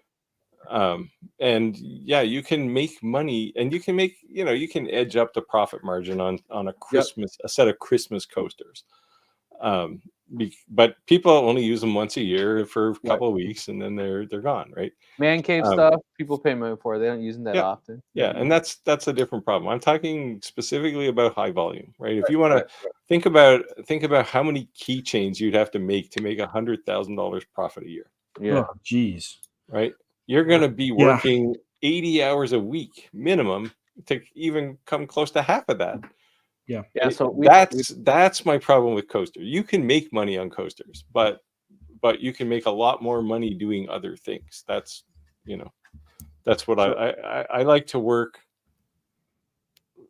on, something that's more artistic, I'll say, and takes longer, but I don't have to make 1,000 of them a year just to make a living. So something that I saw that's a very unique niche item that has an extremely high profit margin, that is plug exotic wood earrings. So these people that have these plug earrings, they have their larger holes in their ears. Yeah. And they will pay $2,000, $1,500 for a pair of earrings. Those are those big rings that people put in their ears, right? Yeah. Gauges. So they'll be measured by the inch, and if you look at them by the side, they almost look like a yo-yo. You know how a yo-yo comes in? Mm-hmm. Yeah. And it's kind of flat. It looks just like a yo-yo, but smaller in diameter. But exotic woods, and they're obviously sanded extremely soft and well, because it's going in your soft tissue. And then but these exotic woods, like this Purple Heart or some of these crazy color woods, or these tiger striping, or they are paying like mega bucks for this. You look at some of these websites, they have like, or you look on Etsy, they'll have like, they're making money. These websites that are selling these exotic, and I know because my ex-brother-in-law owned a tattoo shop, and he's a piercer, and he'd come with these earrings on, and he's like, I just paid $2,000 for this. And I'm like, that's retarded. That's stupid. Why? And I started looking it up, and I'm like, I can't believe that. Like, I could totally make that, but like, I don't want to. Like, it's just not something I'm really interested in doing. But I have a fourth axis on my, and it's like, tomorrow I'm starting to sell. I have a fourth axis on my CNC. I can make you a set of those if you want them. Yeah, they'd look good on the live stream. Yeah, I mean, I'm telling you, like exotic woods and the way they're polishing them, they even do like not the little tiny small gauges, like you said. They sell those $1 million at Walmart. You're talking the larger gauges. Yeah, those guys who have 4 or 5 inch holes in their ears, they're pretty serious to do that. They've been stretching their ears to do that. Yeah, it's just terrifying. So you talk about like find a niche, right? And I 100% agree. There's a niche out there. Guy is wildly successful at selling in this niche. It was brought up in my community, Discord community, maybe last year. Beware if you Google search it, but his niche is selling BDSM items. So like spanking paddles. Yes. It's not my thing, but no judgment here.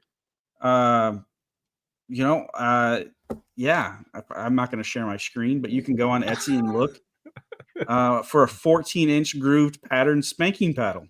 So I'm working on them right now, actually, but not spanking. But the Mexicans do like this Aztec. What do they call it? Like it looks just like one of those. Yeah. Yeah, but they put like inlay of like Aztec warriors or Mexican symbols. So that's what I could do with these extra charcuterie boards I got sitting around. There you go. No, I've been working on it. I've been trying to do the Aztec calendar, and I've been failing because the level of detail that I want, I haven't got it yet where I want it. But Aztec calendar is pretty. That's a pretty big thing for me to bite off. Yeah. So this guy, 1,400 sales since Nice. 2023. He found a niche, and like that's all he makes is wooden sex props. Well, even those paddles, the same exact paddle that have like the college seniority, whatever, like the 3 letters, it's the same exact thing. Yep. Those sell for big bucks. You know what I mean? Yep. Especially because like you graduated 40 years ago and your son's getting you a gift or something. It doesn't have to, because the 20-year-old kid, do you think he's gonna spend 150 bucks on it? Probably not. No. You know what I mean? It's someone who's kind of like thinking back and it's in their man cave and it's sitting whatever. Well, you're giving me flashbacks of my shop teacher in 8th grade. She had one of them big paddles with holes in it, and I found out one time what that felt like. Of course, they can't do that anymore, but back in the 60s, they sure could. And once you got a taste of that, you didn't act up anymore. The good old days weren't all that good. They put the holes in it so the wind would go through it, and have the wind resistance. Yeah, keep the bat speed up. Yeah. I also had a teacher with a chalkboard pointer that wasn't afraid to crack you on the top of the head with it. Mm. Yeah. Jeez, do you go to a Catholic school or something? No, public school. But back then, of course, it never hit you hard enough to actually bruise you or anything, but it would sting. Yeah. Yeah. Yeah. So good talk today, man. Just really kind of, drilling down on different type of niches and understanding why it's important to have a niche, different ways of presenting yourself to customers, whether it be a face-to-face, business to business, and a different approach of business versus being online, whether your own website or using a third-party software like Etsy, that we covered some pretty big topics, The one thing we didn't, well, I guess we kind of beat around the bush a bit, but when you try to find a niche, and you have to be willing to know when it's not there, right? Like you don't want to be the person hugging the last tree in the forest, right? Like you got to know when to switch. This is, in the tech world of startups, we'd say pivot. You have to know when to pivot to something else, right? Your birdhouse story is a good one, right? Where you build a bunch of birdhouses, good thoughts, good product. No one cared, so you got to be willing to move, right? You can't just keep trying to sell birdhouses. Yes. So, because cost of sales to sell your birdhouses that nobody wants goes through the roof, right? It gets really expensive. Yeah, they look fantastic, right?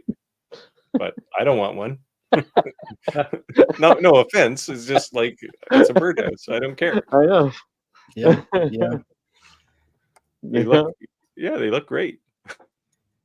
If there's a quote, I don't know, I'm paraphrasing here, but if you're wondering like we talked about all this stuff, like what do I do?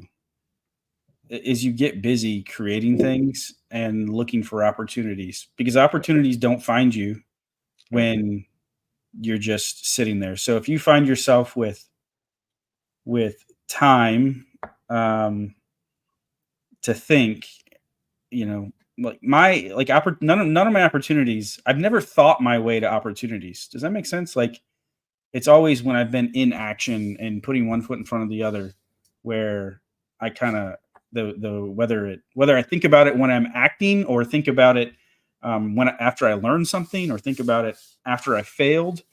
But it's never just like, what am I going to make today?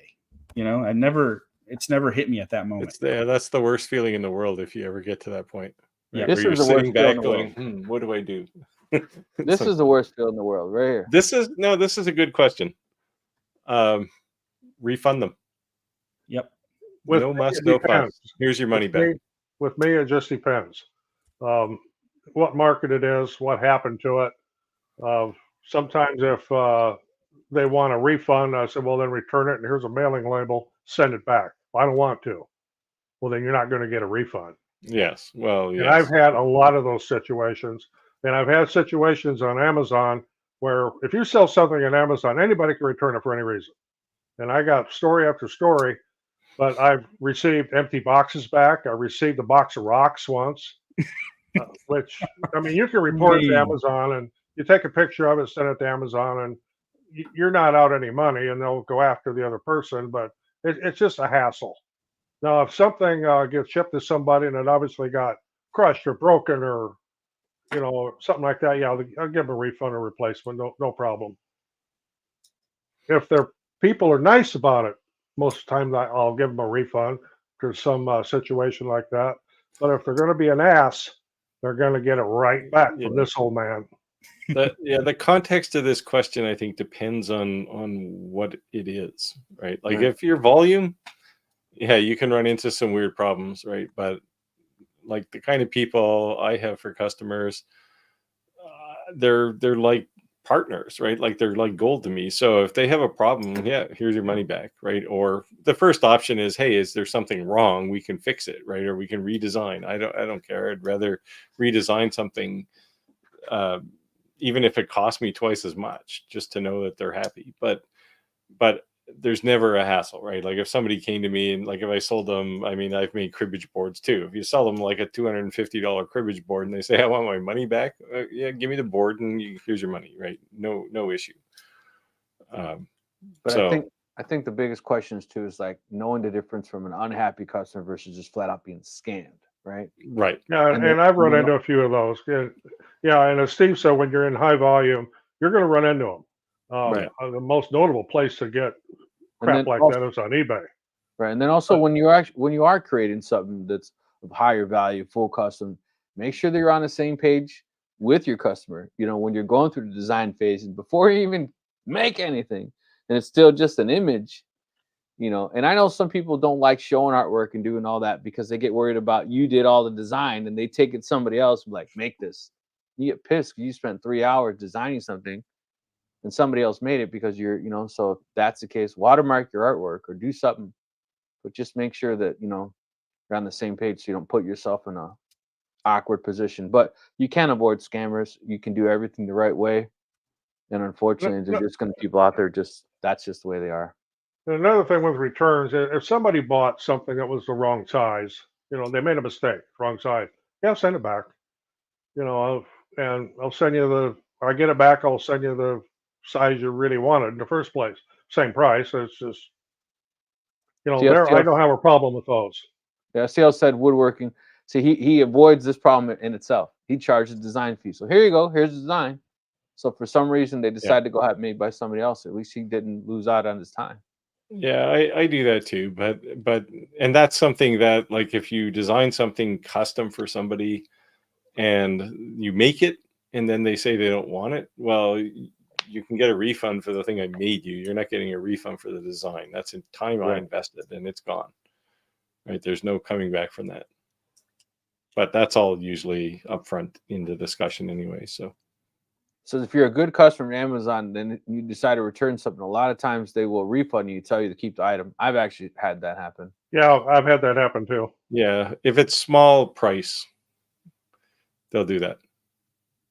Because it's cheaper than, like, basically, if the cost of the item costs more than the shipping to ship it back to Amazon, they'll just say don't bother. Yep, he said I do not refund designs or deposits. Yep. Yeah, nice to see you, Greg. STL Woodworking found us here. Yep. Cool. Yeah, so anyone have any questions, let us know. Drop them in the comments below. We're running out of time. We've got 12 minutes left. Yeah. Won't by fast. Time goes by fast when you're having fun. Happy hump day, everybody. It's almost Friday. Yeah. Every day's Friday for me. Yeah, me too. Every day's a holiday. I'm retired. Yeah. Every night is Friday night, and every morning Saturday morning. Shoot. Sounds like a Mr. Rogers song. And you're taking off your shoes. It's a beautiful day in the neighborhood. Well, it's kind of like that when you retire, right? Well, not retire, when you stop working for somebody else. Yeah. Well, I've worked for myself. You know, what do they say? You'll work 110 hours a week to not work 40 hours for someone else. Yeah, that's pretty much right. Yeah, that's the sad reality is in the business I'm in now, my boss is a real hard ass, and he drives me He crazy. wears a dress. No, I'm talking about me. Oh, okay. I thought you meant the real boss. Well, my boss just left the room a little bit ago, so she's not here now. Andy's got married, bored he with knows all how the real this. boss works. Oh, Some yeah. arguments are not worth having. You're like, whatever. Yeah, there you go. No refunds. This order was 100 door rounds. I advised no refunds and a 50%. Yeah, if you're making something that is unique to the customer, like unless you really want to keep them as a customer for something else, you can't refund it. Like something with their name on it, you can't very well refund them for. But you have to kind of look at it and go, was this my fault or is the customer just being a pain? Yeah. Chris said, thanks, guys, for answering the questions. Found you last week on replay.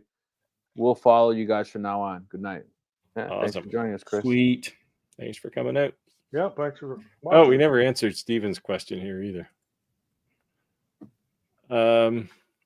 Well, Was it? Got the vision.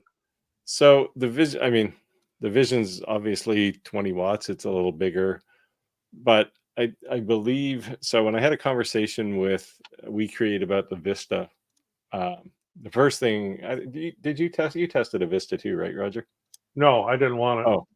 Oh, my comment was you're bringing a 10-watt laser to the market, and I said you do realize that people like me spend a whole lot of time on YouTube telling people not to buy 10-watt lasers, right? But they did say they were going to have a 40 or a 20-watt soon. They didn't say what soon meant, but in theory, they already have the 20-watt laser module. They just have to make one fit the Vista. So if these are your options, it depends what you want to do. If you want to do a lot of big stuff, then the Vision's a better laser. But if you just want to cut flat things and maybe turn out a few tumblers, the Vista is actually a really nice laser for that. So but I'd really like it to be a 20-watt.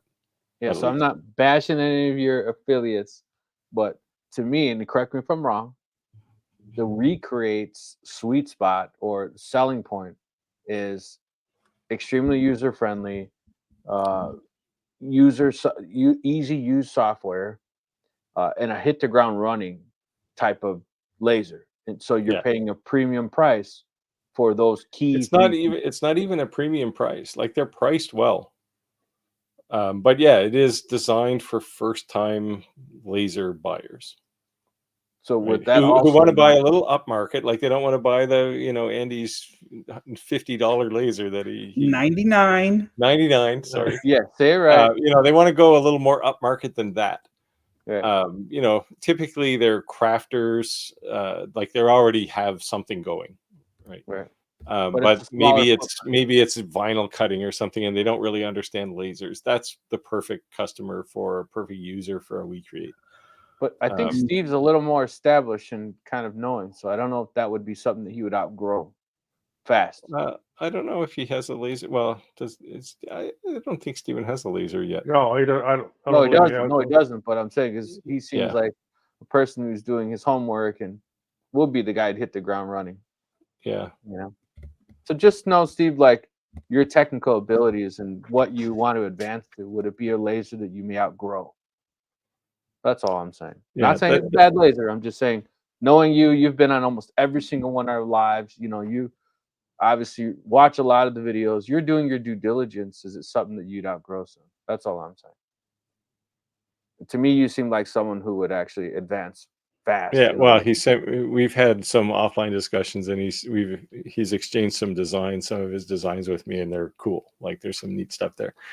So he's already got the design side done, which is, from my perspective, is that's what I want to do with people on my channel, right? Is teach them that you don't have to go to Etsy to buy something; you can design it yourself. Yes. And the laser is more or less a tool to make that happen, right? To bring it to reality. So, and cake toppers are very big business. Yeah, and a K40 would be just fine for it. Yeah. Says, I need to cut acrylic cake toppers. Would a K40 be okay with this? I don't have a lot of spare space and need desktop laser and don't want to spend $1,000 on Omtech or X-Tool. Yeah, I think it's great.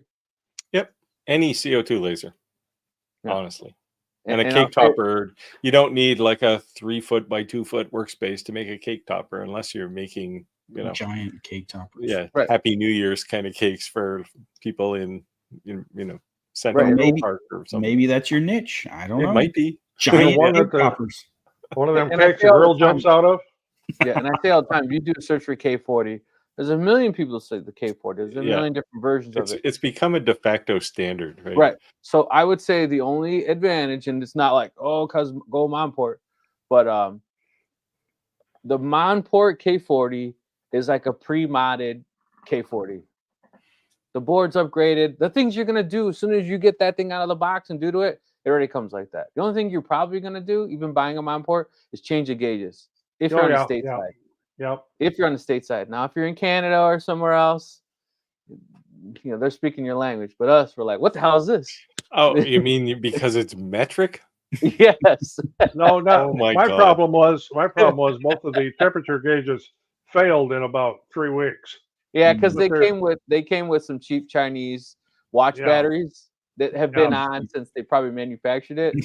So if they worked at all, they didn't work very long. I mean, and again, you could go to Walmart and buy or Amazon and buy those batteries fairly cheap. But just my mentality of thinking, I just can't quickly look at something and like switch, do the conversion. I know you consider yourself bilingual in the metric system. Well, But I just as couldn't. far as measurement, yes. Yeah, As I far as couldn't. language, This no. has to go. Like this has to go. You know, that Oh, was like day temperature wise, one. I have no problem converting between centigrade and Fahrenheit.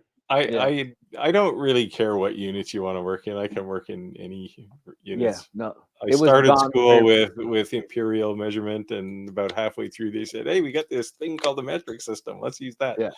No, I installed a power supply, gave myself 12 volts, hardwired them, eliminated batteries, converted, and I was good.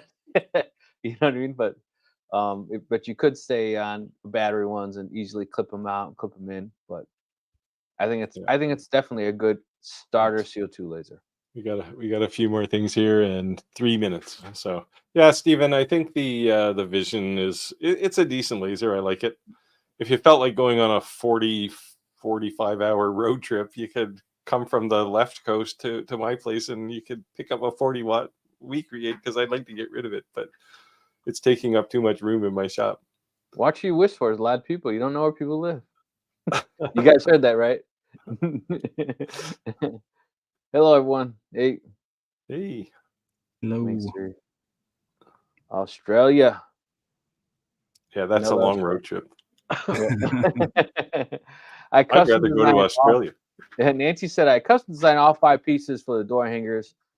I have a break in price due to potential repeat business and a large order, $70 per door round. No, that is a great thing. Like That's when yeah, you that's are, that's a good margin too. yeah. But when you're already making a deal, you already made a deal for a second deal already coming in. Repeat business is great. Yeah. There you go. Everything you need to know about converting. Minus 40 Fahrenheit is minus 40 Celsius. Yes, it is. And the real realization there is that it's cold no matter which system you're using. Clayton said he'll pay the shipping. Oh my God! It would cost you $1,000 to ship that from my place to Hawaii. You'd be better to just buy one from. Steve said shipping. See, there you go. Steve's like, hey. The real problem is getting it across the border, right? Because it's just a nightmare to do all the paperwork. Hmm. As soon as you put laser on the customs form, they're going to go, wait a minute. Yeah, Red right. flag. Is it that crazy? It can be. I've actually got a laser hung up in customs right now. Mm. It's been there for a week, and I know it's because they put like some kind of crazy term on it, like Put like tool. Well, I ordered 5 kilos of DTF powder, it pretty much looks like vacuum sealed cocaine. And I thought for sure that I was gonna get problems, and it came through like nothing. But yet they opened every single one of my ink containers. I'm like, you do know DTF ink is water soluble ink, right? So when you broke the seal, junk. Yeah, they don't care. No. You know, but yet the powder, no big deal. 5 kilos, no problem. Even the shipper was like, "Are you sure you want to order 5 kilos?" I'm like, "That's the only way it's worth it, like to buy in bulk, because the amount of shipping costs shipping overseas." Does it come in like a big white cube wrapped in 1 like kilo, saran yeah, wrap? 1 kilo, yeah, yeah. Well, and Rick, a I'll big- tell you, when you go to Mexico, do not take any Sudafed with you. Oh, I didn't It think is of that illi- because It is a controlled substance. It's illegal. Anything didn't with think of that. ephedrine in it in Mexico is a no-no. you know, good thing you said that, because I take allergy medicine every day, every morning. It's part of my normal regimen, right? Now, if it's prescription and it's in the original prescription bottle, it's okay. But like over-the-counter, like Sudafed, anything with ephedrine in it, it's absolutely forbidden. So I did see now that if you bring 2 electronic devices, they charge you the taxable sales tax on that item. So some executive from New York flew to Cancun, and she had an iPad and a laptop. And they said, you can only bring one. They're like, what do you mean? And she said, well, one or the other. Well, I need them both. Okay, well, then you have to pay the sales tax. And the iPad was like a 5-year-old iPad, and they charged her the sales tax on a brand new iPad. So she paid a tax, which was probably more than the thing was worth. But she wanted her iPad. Yeah, there's regulations about that, and of course, cigars and cigarettes and alcohol and that type of thing. Obviously, firearms you're not going to get away with, but yeah, electronic devices, cell phones don't count. But I take a tablet and a laptop. But Yeah, I brought a there are drone. 2 in Mexico. adults. There's 2 adults, so it's 1 per person. Yeah, I bought a Wow. drone in Mexico, and I was a little nervous because Mexico, right? There's no real laws. It's you get the wrong person, you just have to pay them, and that's it. Or Yeah. they're just gonna take it. So I was so nervous. They opened it up and they looked at it, and they're like, "Why are you bringing this?" I'm like, "I'm on vacation. I thought it'd be cool to shoot some video footage on the beach." They're like, "Are you a video photographer? Do you do this for a living? Is that why you're here?" I'm like, "No, I'm on vacation with my family." They're like, "Okay, close it up and just get right back to me." So I think that's what they're doing, though. Like, if you're going there to make money off Mexico, they want a piece of the pie. I had a big problem getting through customs when I flew to Ramos for work. I have non-disclosure thing. I can't say who it was for, but I got stopped in customs as they went through all my luggage and found all of my tools. What are you doing with all these electrical tools? And I had to explain all that. I got to finally keep them, but it took almost 2 hours to get through all that. Crazy. Cool. Sounds like Thanks. Mexico is a problem. If you want to go to the beach, come to my place. You can buy a bag of weed at the airport on your way out. I just but think it's- Mexico's realizing people are going there, making a boatload of money and leaving, and they don't even own majority of the coastline. It's owned by United States Air Force pilots. They want a piece of their own pie. Like, you left us a desert, and the part people actually come here to visit. The tourist money is owned by people from the United States and going back to the United States. So maybe they're just angrily, hostilely taking it back. I mean, I didn't take Mexico for having strict drug and gun laws. But No, I know. Yeah, when I'm on the beach, every other person's trying to sell you weed. right? That's for sure. Yeah, Ganja. yeah. But Hey, that Cuban cigars that aren't Cuban, but yeah. What are you gonna do? When you give them as a gift and you come back, they look cool anyways. They don't know. Just put it in a laser engraver and engrave Cuban on it. Made There in you go. Cuba. Made in Cuba. All right, guys. Looks like right at time. I just wanted to thank everyone for joining us today. We had some great discussions. I do see our lives growing, and I appreciate before we even start the lives, people are already in the lives, making comments and waiting for us. So that's very good. Do keep in mind we do have another laser giveaway coming. And as always, if there's anything we haven't covered, leave it in the comments. Even if it's after the replay, we still do look at this comments. Each one of us will get notifications. So we can come back and respond. And if it's something we haven't covered or we haven't covered because we don't have, let's be honest, manufacturers are watching these videos as well. So it may give an opportunity for us to be able to review those types of items that you're asking for that we're currently not have. That was my close. You guys want to say anything here before we get out of here? No. No, I like this. see everybody next week. Yeah. I like this kind of discussion. I'm happy to talk about the business. Yeah. Me too. Yep. So, yeah. Cool. Yeah. Thanks for everyone for coming. Yeah. See you all next week. See you next All right. week, guys. See Bye. ya.